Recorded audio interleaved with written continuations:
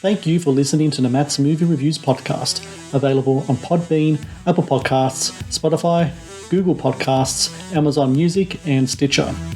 Also, please follow Matt's Movie Reviews on Facebook, YouTube, LinkedIn, Reddit, Instagram, and MeWe. And of course, be sure to visit mattsmoviereviews.net for the latest reviews, top 10 lists, and more. Now, on to the show. Gina Carano will not be returning to The Mandalorian or the Star Wars galaxy amid backlash from a social media post the actress shared. The embassy, the category of politics came up, and it's a privileged one that I gave great consideration to. But at this point in my life, with the things I've got, a 13-year-old, 11-year-old, and an 8-year-old, the life I'm living right now, the storytelling I want to keep doing, it's not the category for me at this point. In this cancel culture, and we all know what I'm talking about, whether you think there is one or there isn't one, or where you stand on it, and there's a lot of gray matter there. But without a path to redemption, when you take someone, you found a tweet they wrote 7 years ago or a thing that they said, and you expose it and you say, this person should be no more, banish them forever. They're gonna find some place where they are accepted. And it's not gonna be with progressives, which ironically means to be changed, progress. There is a virus here. It kills people, and the only way we prevent it is to get vaccinated, to wear masks, to do social distancing, washing your hands all the time, and not just to think about, well, my freedom is being kind of disturbed here. No, screw your freedom.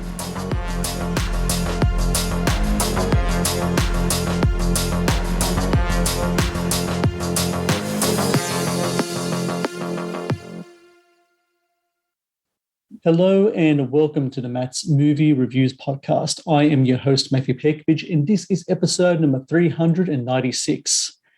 The end of 2021 is almost here, which means now is the time to look back at the movies and moments that shaped the past year in cinema. Joining me now to talk about the political and social issues within the world of movies is Christian Toto, an award-winning journalist, film critic, founder of HollywoodInToto.com, host of the Right on Hollywood podcast, and also a returning guest to the Matt's Movie Reviews podcast. Christian, I thank you so very much for joining me today. Thanks for having me. I sound like I'm busy. That's a lot of stuff on my plate. Yeah, absolutely. I think a big reason for that is because you have a book coming out on January 18th. Be released pretty much everywhere where people can get books. It's called Virtual Bombs, How Hollywood Got Woke and Lost Its Soul.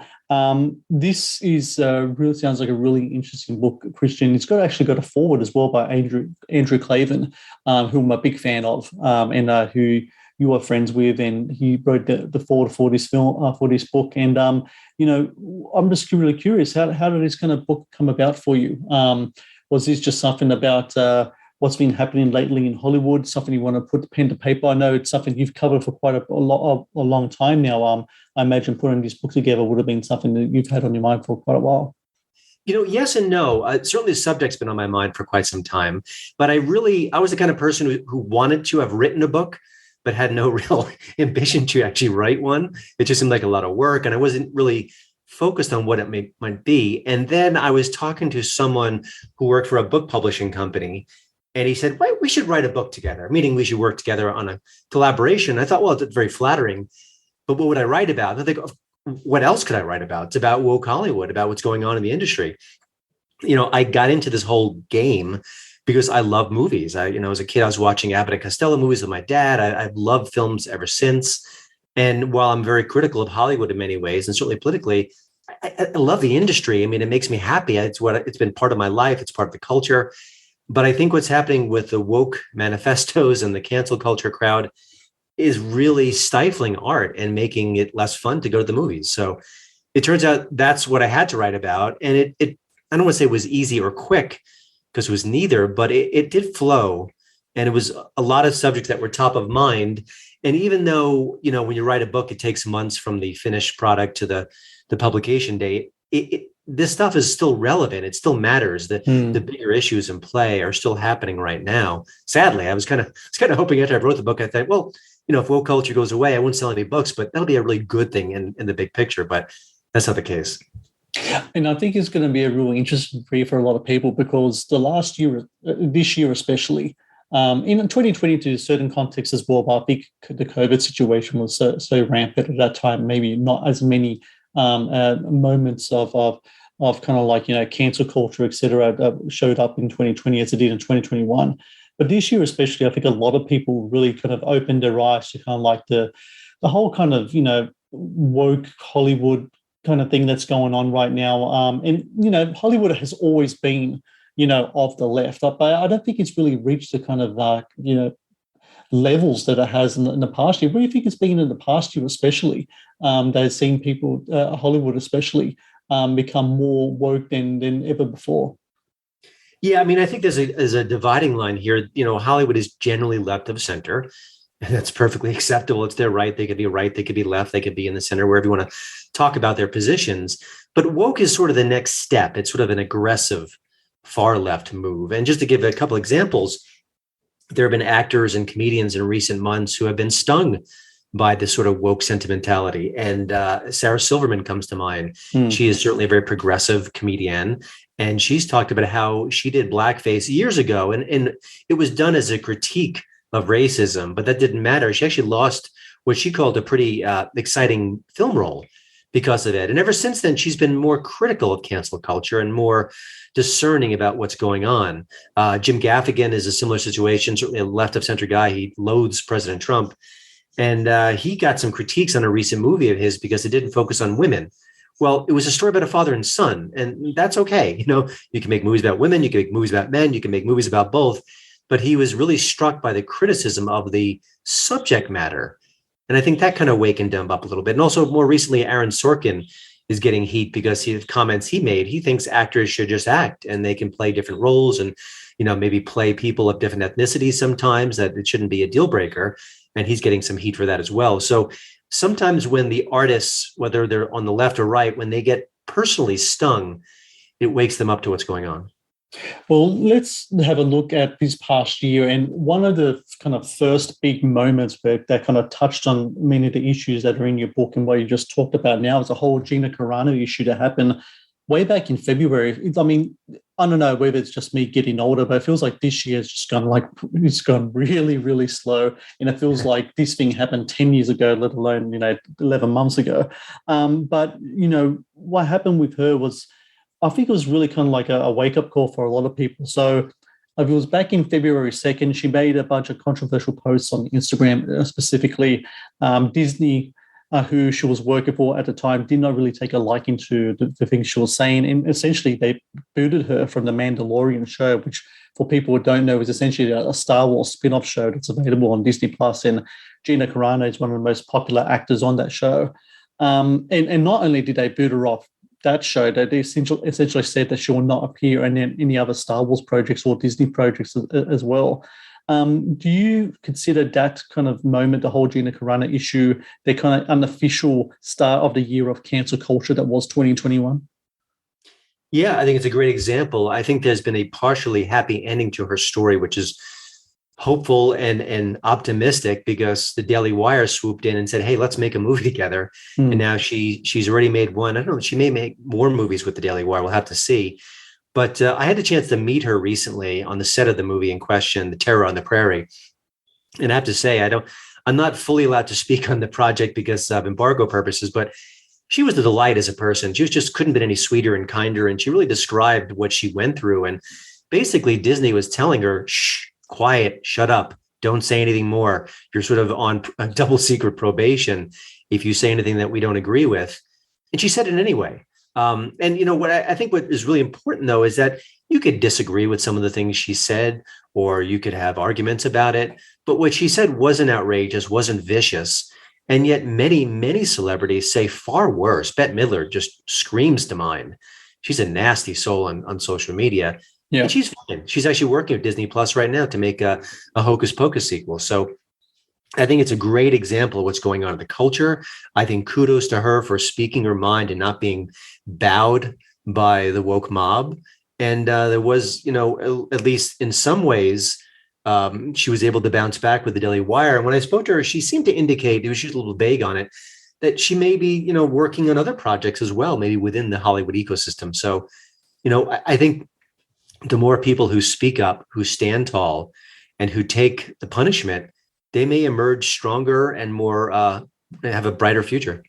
She's also a producer on the next film that she's working on with the Daily Wire at the moment. The whole Daily Wire aspect of it is really interesting because I think it's kind of like what you are doing in regards to your podcast, in regards to your website, where you're offering a platform for different, a political thought, etc. I mean, in regards to Hollywood and Toto, it's essentially the tagline for that is on the right side of entertainment. When it comes to something like Daily Wire, and they now have their own kind of like, streaming services, and now they're making movies, etc. How important is it that there is a variety in regards to, different political viewpoints in Hollywood, that there are places where people can go where they feel like they are ostracized at a Disney or a HBO, they can go to somewhere like a Daily Wire where they can work without having fear of being fired for something they post on social media?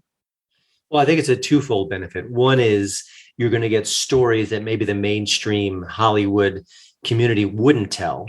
And I think what the Daily Wire is trying to do is not be overtly political, but maybe be edgy, maybe be something, sharing stories that are a little bit controversial, or maybe certain stories that would, not be completely embraced by Tinseltown. And I think the movie that they didn't make, but they acquired, I think is a great example, Run, Hide, Fight, from a few months back.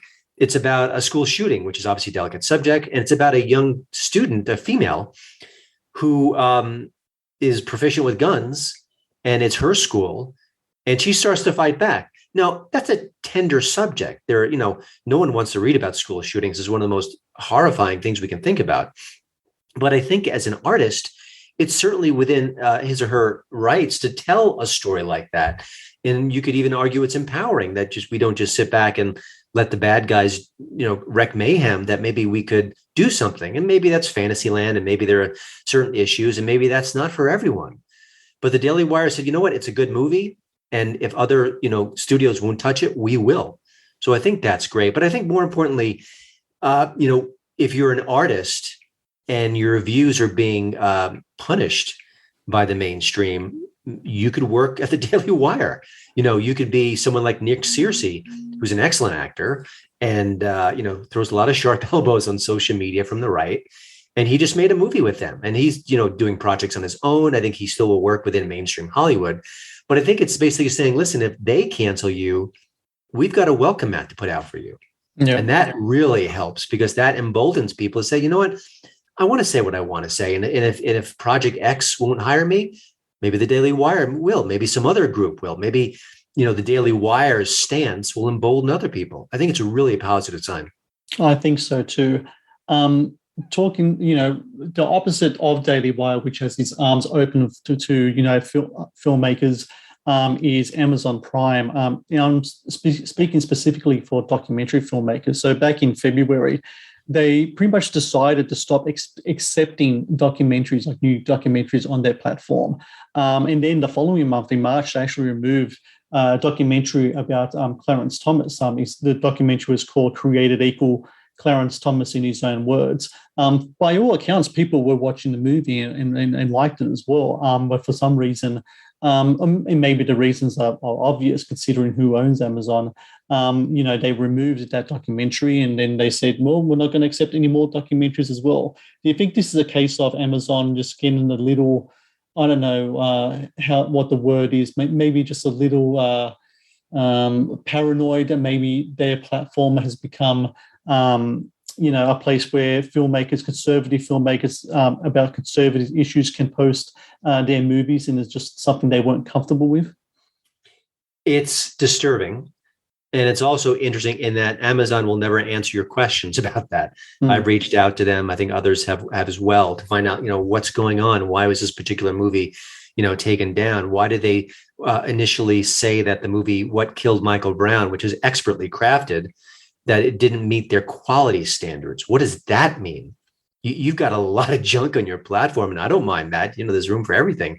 from high quality cinema to absolute garbage. But what we're seeing across the societal landscape is these big tech platforms flexing their muscle against ideologies they don't agree with. And I can't think of another reason why those two particular films face strong headwinds from Amazon. And I think the shame of it is that this is a real story. And I think maybe an NBC News or the Washington Post or the New York Times, they should have rallied behind it and say, hey, Amazon, what's going on? And force them to answer those questions and to reveal their thinking. But, if I reach out to them, I don't have a massive platform, and I'm certainly of the right. They just greet me with silence. But I think these are questions that we need answers to. And I do think in a way it does open up other opportunities. I think the Daily Wire may have been streaming the Clarence Thomas film. I think some other platforms were as well.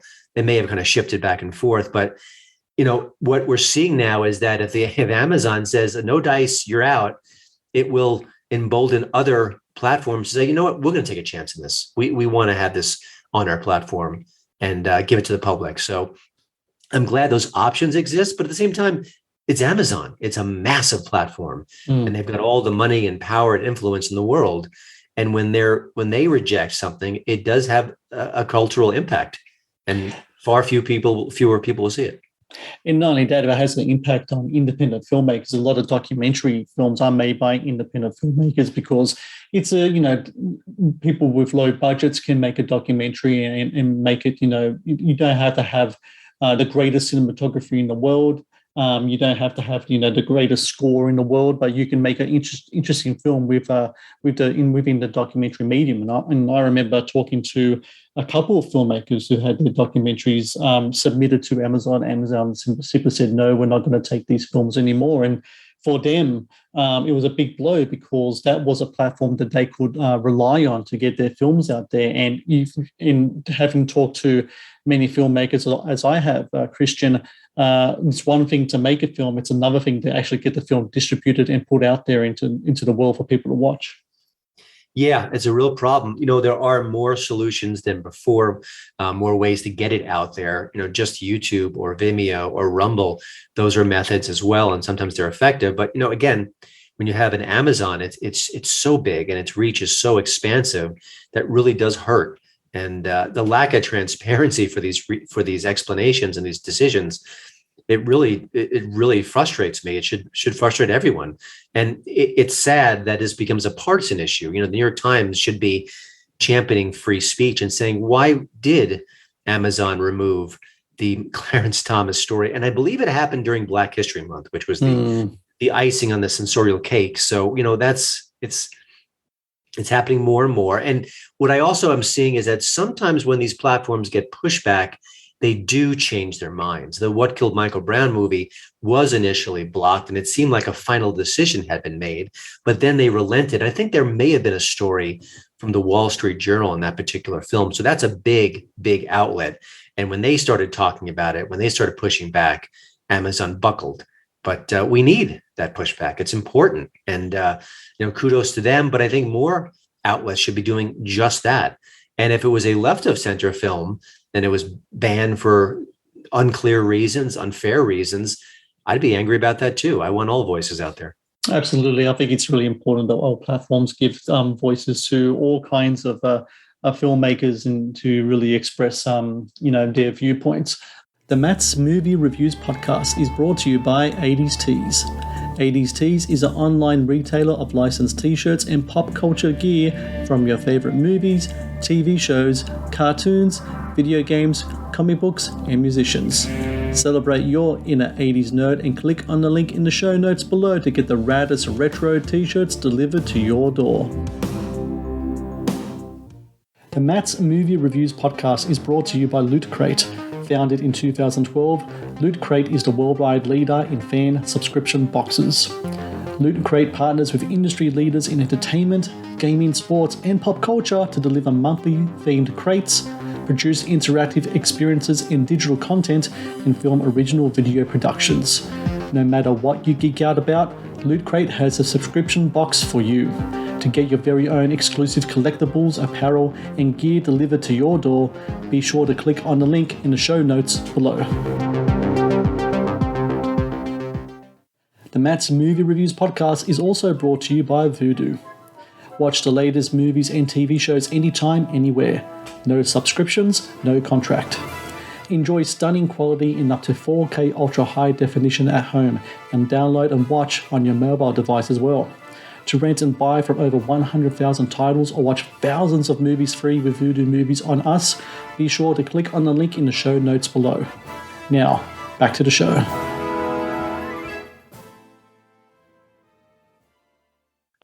Speaking about, we're talking about, politics here in Hollywood. A lot of people, a lot of celebrities, talk like politicians, but they don't really walk the talk. One actor who nearly much did that was Matthew McConaughey.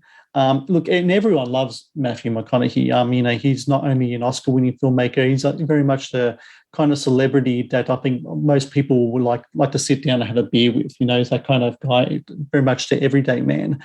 And he was really contemplating for a long time to run as the governor of Texas next year. He recently announced during his press forcing too that he won't run. And I think, in my opinion, the thing that really kind of spooked him out of that was the whole abortion law issue in Texas, because, a celebrity like him, an actor like him, it's all about the kind of like the face that they put out into the world, how they can be marketed in certain films, how they can be marketed with their certain projects. And dealing with an issue like abortion, I think would have been a real hot potato that he did not want to handle in any way. Do you have the same feeling, Christian? Did McConaughey get spooked by the whole abortion law issue? Is that the reason why he didn't run? I don't know if it's a specific reason, but I think it probably gave him a teaser of what was going to happen next. No idea why in the world a handsome, successful, talented movie star would even contemplate this. But that's what he did. As soon as he starts making decisions and sharing his positions on certain key issues, all the pleasant, nice Matthew McConaughey stories would vanish. Yeah.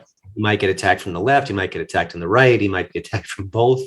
So it's possible that by dipping a toe in it, he realized how dangerous those waters were, and he just backed away. But we're living in a tough cultural time where people, I would see him as maybe a gently left of center soul with some right leanings. But I think we're having trouble being nuanced in our culture, and we kind of want to put people in positions and camps and sides, and I think that would be a real problem for him. And again, if you've got 20 plus years of adulation, and he seems like a genuinely nice fellow and a talented one, all of a sudden that goes away. And that might've been a wake up call for him. I think it's such a tricky minefield to wade through when you kind of go the whole political road. I mean, someone who's a big example of that for me is like Arnold Schwarzenegger. He said some things this year which I think put off a lot of people that were fans of his for quite a long time. The whole kind of "screw your freedom" quote that he had this year in regards to COVID hesitation, in regards to vaccines. I think a lot of people really did not like that quite a bit, especially considering that his background as a politician is very much as a conservative Republican. I mean, he was a Republican governor of Los Angeles, but the way that he's been talking lately in regards to a lot of issues, and that quote, especially the whole kind of "screw your freedom" thing, I think it's damaged his credibility quite a bit in the eyes of a lot of people. Yeah, I was sad to hear that. Listen, if Schwarzenegger comes out and has a policy debate and thinks about maybe, I think the minimum wage should be X or Y, and I disagree and you disagree, I don't think we lose much sleep over that. But when he says "screw your freedom," that's a different thing. It's a pretty sizable difference. And I don't know where he goes at this point. His movie career is essentially over. He may still work, but he just is no longer a draw. He hasn't been for a while. And I actually thought it was kind of sad because when he made The Last Stand a few years back, I think that was his unofficial, "Hey, I'm back in movies, gang." No one saw it. It was actually a pretty good film. And I think he's actually become a better actor in his later years. But there's just not an appetite for him as a movie star at this point. So he'll keep working. But yeah, and I think politically he's a bit of I don't know where he belongs anymore. He's certainly very pro climate change, and we need to do something. And that puts him on the left of the cycle. And I'm sure he still has some right of center views, but it kind of puts him without a home in a way. And I don't even know if he wants that. He's in his 70s now. I don't think he's running for office. I don't know where he goes from here, but I just want kindness out of my actors. And even my politicians too. I voted for Trump, but I really abhorred that side of him. So I don't know where Arnold goes from here. I'm sad when he said that. It seemed like the opposite of everything he stood for in a way. Very true, because I think a lot of people saw him as kind of like the ultimate American success story because, of course, he's an immigrant from a different country, came to America. He had a dream to do the impossible, which was become a huge, movie star. And he did that no matter the limitations that he had in regards to his accent, in regards to his physique, etc.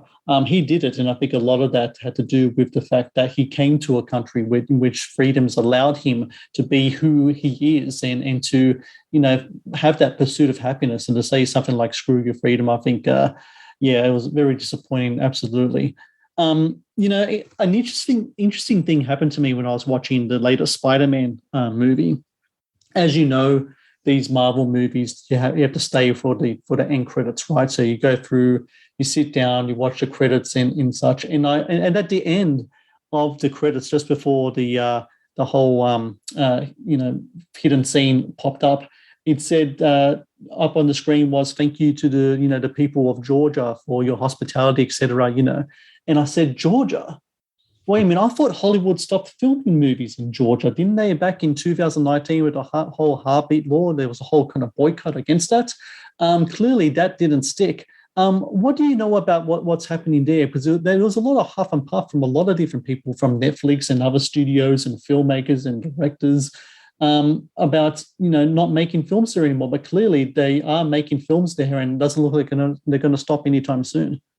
I think it's typical of what Hollywood does. They latch onto a subject, a cause, and they're very vocal and they're very passionate, and they may be coming from a very personal space in that arena, but they often don't have follow through. If celebrities raise a lot of money for a particular cause, do they follow back in 6 to 12 months and say, okay, how was that money distributed? Did it work out the way we thought it would? I think there's a lack of follow through there in Hollywood across the board.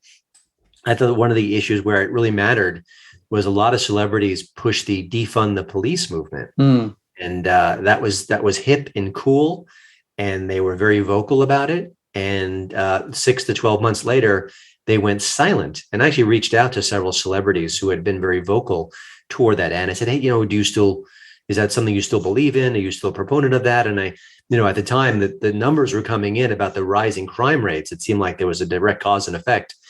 But of course, the actors didn't respond. And of course, no other outlet will do that. Not that I'm some sort of journalistic hero. Everyone should be doing that. It seems like a common sense thing. Yeah. But, what a lot of outlets don't want to do is they don't want to embarrass these celebrities. They don't want to kind of demean them for their left of center beliefs. So that's that. But yeah, it's just what Hollywood does. They're very loud, and then they move on to the next shiny object, and that's what we saw with Georgia. That's what we saw with defund the police. And the current U.S. president is stumbling and bumbling right now, and Hollywood en masse told him that he was our savior. And we're not going to get anyone asking these celebrities, what do you think about President Biden now? It seems like he's had a pretty unsuccessful first year. What are your thoughts? You won't get any response. It kind of reminds me about when Trump won. A lot of people before that said they would leave America, they'll move to Canada or move to Australia. I think Ali Baldwin was one of them. Maybe perhaps Rosie O'Donnell, but I'm not sure. I don't remember anyone actually going through with those threats there, did they? No. Yeah. Listen, you're a celebrity. You get a lot of attention. You get a lot of money. You get a lot of fame. And it feels good to kind of speak out on these issues. But I don't think they have a lot of credibility. There are some exceptions. I mean, Michael J. Fox used his fame and his personal situation to fund research for Parkinson's disease. And I think Angelina Jolie, is one of those celebrities who will go to different countries and do the hard work and research and use her name and cachet to try to help. And I appreciate that. I love celebrities who do the very simple but meaningful act of dressing up in their favorite characters and going to kids' hospitals and lightening their lives. It's a wonderful thing. I think celebrities can do a lot of good, and they often will rally if there's a tornado or a hurricane, a natural disaster, they'll send millions of dollars their way. I mean, those are all good things. Celebrities can do good for the country and the world. But I also think they're just short-sighted, and often it's the media's fault in that if the media held them accountable for all their activism, true activism, I think they'd be better at it. I think they would do the follow-up. And it's a little reminiscent of the, I also covered the Me Too incidents and the Time's Up organization, which absolutely imploded in 2021. Yeah. And there were many big celebrities who were rallying behind that group when it first organized. Well, where are they now? Aren't they upset? Aren't they disappointed? They wrote some pretty large checks to that group and didn't get much bang for their buck. What do they have to say? Well, I've reached out to them and they say nothing. It's just the way it goes. I think a really recent example of how kind of like celebrities have a certain kind of arrogance in regards to the issues that they're really flexing on, especially on social media, is a whole Kyle Rittenhouse court case. I mean, that was just like just the kind of thing that everyone was just watching and everyone was commentating on. And the odd thing about it is that even me in Sydney, Australia, so far away from the States and so far away with what's happening over there, I knew what was, the facts of the case. And it was just kind of amusing somewhat to watch people comment on the case and get all the facts incredibly wrong. They're just kind of parroting the same kind of lines over and over again that a lot of the mainstream media were talking about. And one actor who really kind of stood head and shoulders above everyone else in regards to the arrogance of in regards to their commentary on the whole Kyle Rittenhouse thing was Mark Ruffalo. So after Kyle Rittenhouse was found not guilty, Mark Ruffalo actually put together a tweet that said, "We come together to mourn lives lost to the same racist system that devalues Black lives and value the lives of Anthony and Jojo."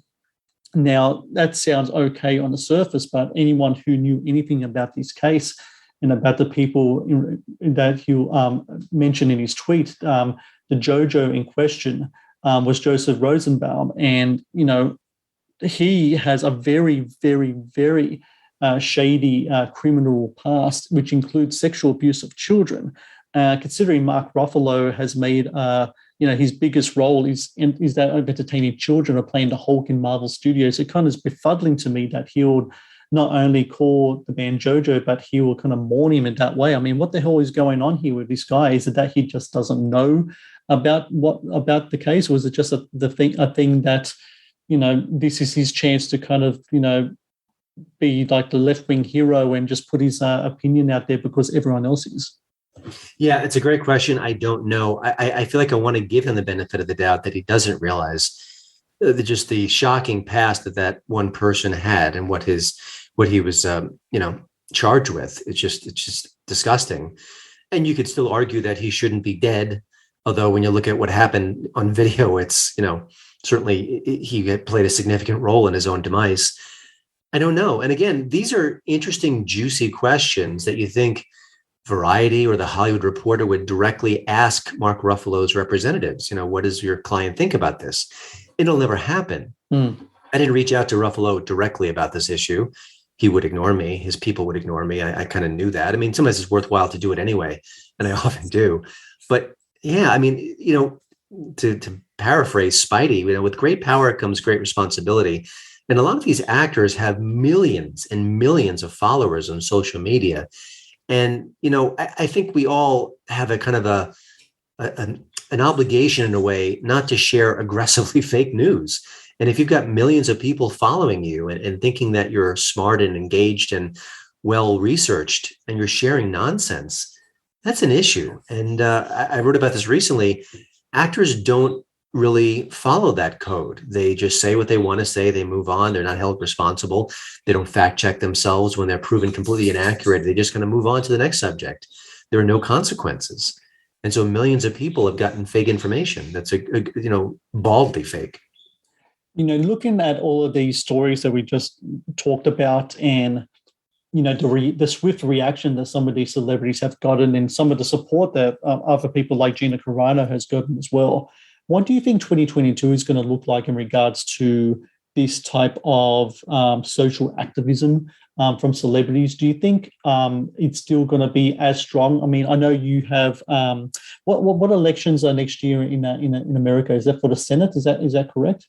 It's a midterm election, so the House yeah. and Senate are impacted directly. I can imagine. I think we'll see more of the same. If not, it'll be more hyperbolic because you could say that this current year was sort of quieter because there was no major election at stake that had significant consequences, but that won't be the same next year. And what we're seeing on the left side of the aisle, which I just can't really process it. I don't understand it. I'm trying to kind of be in their shoes, but there's this whole new strain of, democracy is over if the GOP wins. And I think we're going to see a lot of that in the next 6 to 12 months from celebrities. Again, they're not fact-checked. They don't bring out cogent arguments in any cases, not always, but many. And so I think that will ramp up dramatically, this sort of fear component of the election cycle. And will it have an impact? I don't think so. I think people are going to really respond to what's the economy doing? What's the pandemic situation? Do I have a job? Or inflation rates still going, skyrocketing? I think that matters more than what Mark Ruffalo says. But I do think it cheapens the public discourse. And I wish the stars would be more thoughtful in their responses. Considering the really bad showing that Joe Biden has had so far as the president of the United States, and that so many people in Hollywood, from say, I don't think Mark Ruffalo did back him. I think he backed Bernie Sanders. But people like Dwayne Johnson, for example, he used his platform in a big way, especially on YouTube, to really advocate for Biden and Harris. And I'm sure he regrets doing that now because he's got egg on his face. Do you think maybe there will be a case where some celebrities won't be as emboldened as they were before, considering there isn't a Trump in the White House to rally against when it comes to these election issues? I wish that were the case. I don't think so. Maybe individually, there may be some who kind of stand down. And I think Dwayne Johnson is a good example because he often doesn't get political. That was sort of an atypical move on his part. I mean, even Mel Brooks, who's a pretty just a comedy sir and ma'am approach, kind of got political. But I mean, I think they see this as an existential threat to the country. That's the way they view it, rightly or wrongly. And I think they'll behave accordingly. And again, there are no consequences here. If, there are people who promoted Michael Avenatti, who was the lawyer who was heavily involved with Trump, and then he just, his fall from grace was cataclysmic. And no one really was, held accountable for promoting him as a credible source. It's just we're living in a time of no shame and no accountability across the culture, and it's really damaging to the institutions that we should be trusting. So, yeah, I don't see a wave of maturity sweeping over Hollywood. I just see more of the same because there are no consequences. Well, 2022 is going to be the perfect time for people to get their hands on Virtue Bombs: How Hollywood Got Woke and Lost Its Soul, written by Christian Toto, who's my guest here today, forwarded by Andrew Clavin. I think your book is dropping at the exact right time because I think 2022 could possibly be a turning point for the way that people approach a lot of these issues. While, the certain media and movie studios won't, penalize the celebrities for saying silly things, I think the public might. And I really do think that with post-COVID, with, people struggling to go back to the cinema, this is the time right now for a lot of, people to just kind of keep their opinions to themselves and just let their work do the talking for them. And I think, Virtue Bombs is really going to lay out the reasons why. It's going to be a really interesting read. I can't wait to read it myself. I'm not sure yourself, Christian, having now worked on the film and not long now until the book releases. I mean, we're looking at around 3 weeks until it happens. You're going to be very excited to have people read the book and have it on their shelves. Yeah, I hope so. And, at the end of the day, I like I mentioned in the beginning, I do love Hollywood. I love movies. I love getting lost in cinema. I recently watched Spider-Man: No Way Home, and it was just pure joy. Listen, there are flaws in it. It was silly at times, but it was just pure escapism. And I love that aspect of Hollywood. I love more challenging films, but I think what's happening with this woke mindset is that it really impedes storytelling, creativity.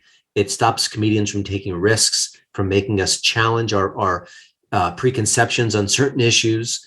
And I think those are all negative things. And I think we should be mature enough as a culture where I can be insulted and you can be insulted, and the politicians that we hold dear are insulted, and it's okay.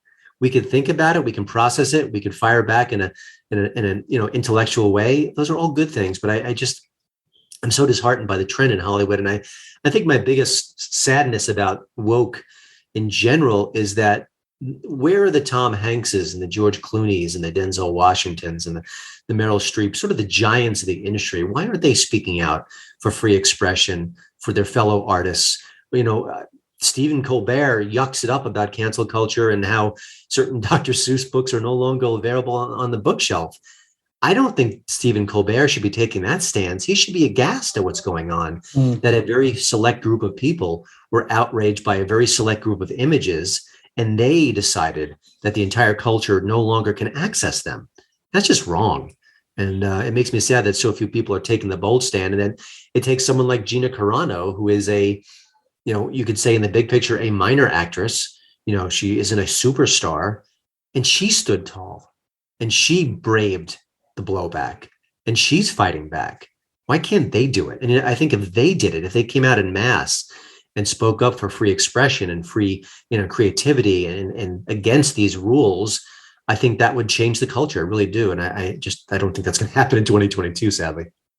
So for everyone out there, Virtue Bombs, How Hollywood Got Woke and Lost Its Soul releases January 18. You can order it from where you can get all your books. And also, please make sure to check out hollywoodintoto.com to read Christian's reviews, and also listen to Right on Hollywood podcast. I've been listening to your podcast, Christian. I've really been enjoying the interviews you had. You had Andrew Irwin from American Underdog, the director of that film, on your last episode. Sasha Stone you had on the episode before that, talking about Oscars. I really like the way that you rebooted the podcast, and I can't wait to read your book and listen to read more of your reviews, and hopefully in the future we can talk again about movies, because it's always a pleasure having you on. Well, thank you so much. And one of the things I hope to do more of in 2022 is have people who are left of center on my show, either just to talk about their art and what they've been up to, or even just have a respectful debate on issues that matter most to us. So I think the more of that, the better. And I appreciate your time. Absolutely, Christian. I thank you very much. Thanks. Thank you for watching the Matt's Movie Reviews channel. Please subscribe for more reviews, podcast interviews, and exclusive content. Also, if you would like to request a review and support my work, please join my Patreon via the link in the description below.